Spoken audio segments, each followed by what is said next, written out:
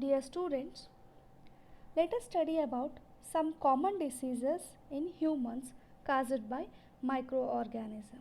As we are discussing about microorganism, we learned the useful things about microorganism. Now we are learning about the harmful effects of microorganism. Microorganism causes the diseases. What is this disease? What it means? Disease is a shortened form of disturbed ease.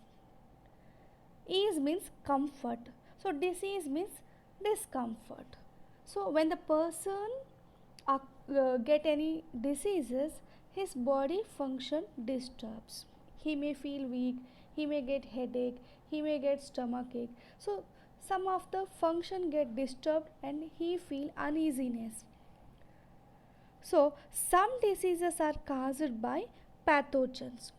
Pathogens means disease causing microorganisms. Almost all communicable diseases are caused due to pathogens.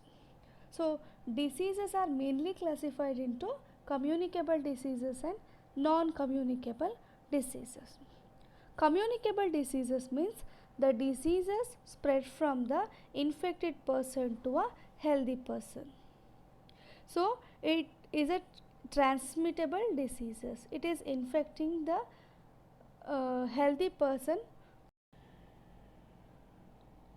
Some of the communicable diseases are common cold, chickenpox, smallpox, measles, cholera, typhoid, malaria. These are the communicable diseases. Then what is this non-communicable diseases? Non-communicable diseases will not spread from one person to another person. It actually a malfunctioning of a organ in a human, in a person. For example, kidney failure, blood pressure, or diabetes. These are the non-communicable diseases. This will not spread from one person to another person. It's just a dysfunctioning of the organ in a particular person. In a specific person, there is a malfunctioning or silencing of the organs causes some of the diseases. So this will not spread from one person to another person. So we are discussing about the diseases spread by microorganisms. So these are the communicable diseases which is spreading from one person to another person. As I said, diseases caused by pathogens. So what is meant by pathogens? Disease causing microbes are called pathogens. Microbes or microorganisms both are same. Most of the parasites are pathogens. So you know that what is pathogen. A disease causing microorganism is called pathogen. So most of the parasites are pathogen. Parasites means what? Parasites means the organisms which lives in the other organisms are called parasites. So most of the pathogen lives in the other organisms. That's why we get the diseases. That's why it will spread from one person to another person. So the pathogen lives in the other organism. Suppose we are the human beings. So we are the living organisms. So the parasites, the pathogens which are living in us. So parasites are living in our body. See here, suppose a virus lives in a bacteria, then virus is the parasite. And then what we call for the bacteria? Bacteria is called the host. Here virus is living in the bacteria. So virus is a parasite and bacteria is a host. Suppose if the virus lives in the human body, then virus is a parasite. Of course, a human body is a host where the organism, where the microorganism lives, that organisms are called host. So that small microorganisms are called parasite. I think you cleared. Most of the parasite can cause diseases. So most of the parasite causes diseases. Parasite means, as I said, it lives, the small organisms lives in the other organism. So when a virus live in our body, then it obviously cause some of the diseases to us. So most of the parasites are pathogen. As I said, pathogen can be bacteria, fungi, protozoa, viruses, even the worms. Now here we are discussing about microorganisms. So let us discuss about the diseases caused by microorganisms. We are not considering the diseases caused by worms.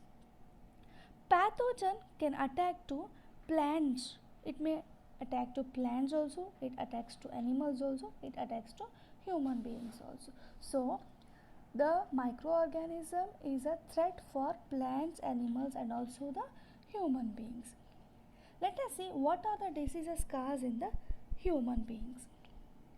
See, most of the common diseases are typhoid, pneumonia, cholera, tuberculosis, common cold, measles, chickenpox, malaria and many more.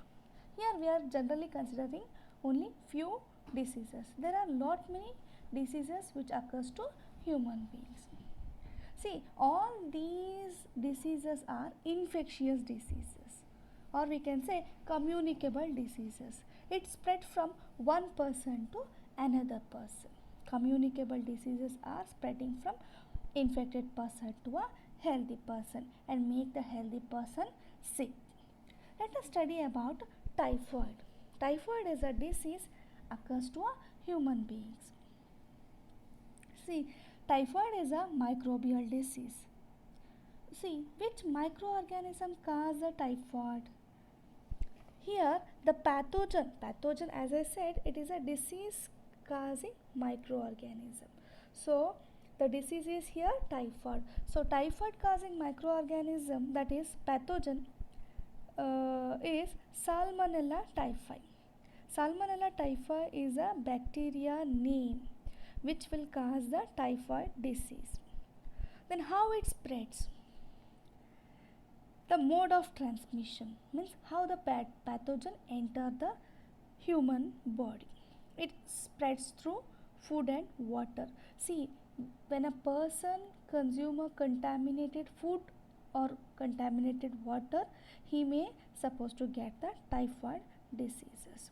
So the food, if the food may contain the Salmonella typhi bacteria, or if the water may contain the Salmonella typhi bacteria, then when the person eat that contaminated food or the water which contains the Salmonella typhi, then that person will get the typhoid disease.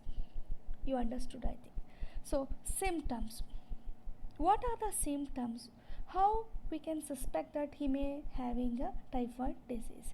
So usually when a person infected by a typhoid bacteria called Salmonella typhi, he may get high fever, headache, stomachache, weakness, constipation, loss of appetite. Loss of appetite means he won't feel hungry. So even some other symptoms may also occur. Usually this we can see because of the high fever, because of the continuous headache or stomachache. If person feel weak, then the person go to consult a doctor. So doctor used to treat the typhoid disease by diagnosis. So how can we treat this? We can usually doctor will take the blood sample for testing. So by the blood culture, he may get to know that the Salmonella typhi is there in your blood or not. If it is there, then the treatment, that is antibiotics will be given to a person. So this will cure the typhoid diseases. So antibiotics drugs will helps to cure the typhoid diseases. So prevention is always better than cure. How can we prevent the disease? Always we have to consume properly cooked food. So during cooking, the bacteria may die and it won't affect the human being. That's why always we have to eat the properly completely cooked food, and we have to drink the boiled water, which will avoid the entry of live bacteria. Even vaccination also help us to avoid these diseases. See, when you are infant, if the vaccination given for this typhoid disease, then the person may not get the typhoid disease in his lifetime. So vaccination helps to avoid the typhoid diseases. Now let us study about the cholera.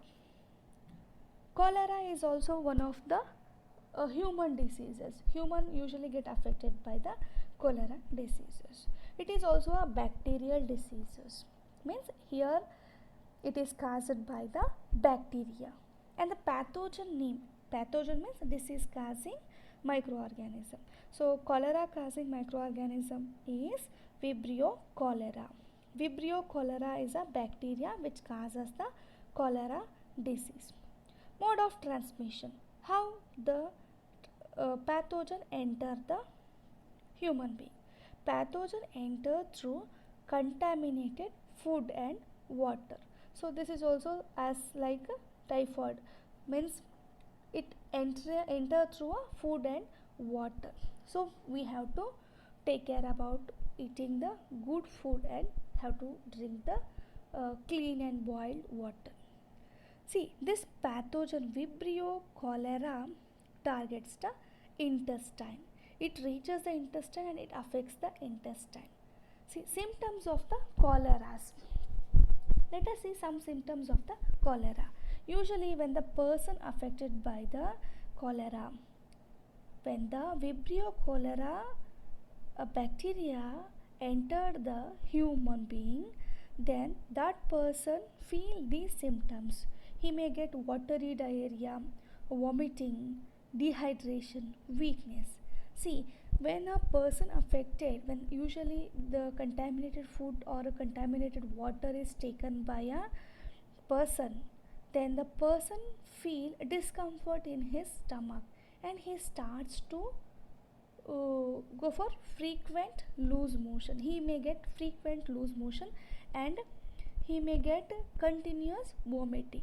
So his body get dehydrated, loss of water occur as a continuous loose motion and vomiting occurs, and his body get dehydrated, the loss of water occurs, and usually the person feel weak. So whenever he feel these symptoms, he has to consult a doctor and doctor will give a prescribed medicine. The person should get a proper treatment.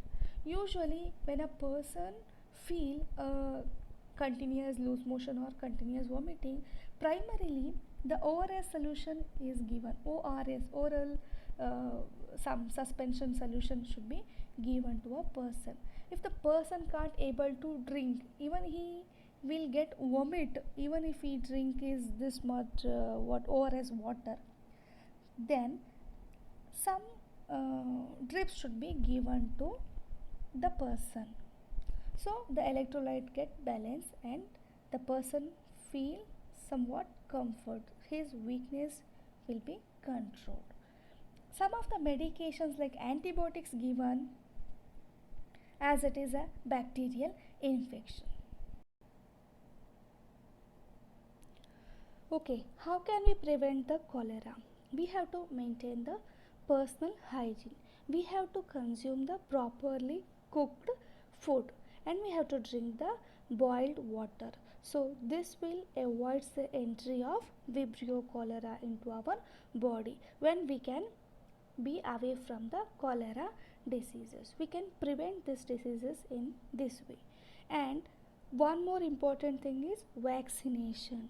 Vaccination given at the right age, as when we are infant we used to get the vaccination. So when the proper vaccination given at the right time will avoid the cholera diseases.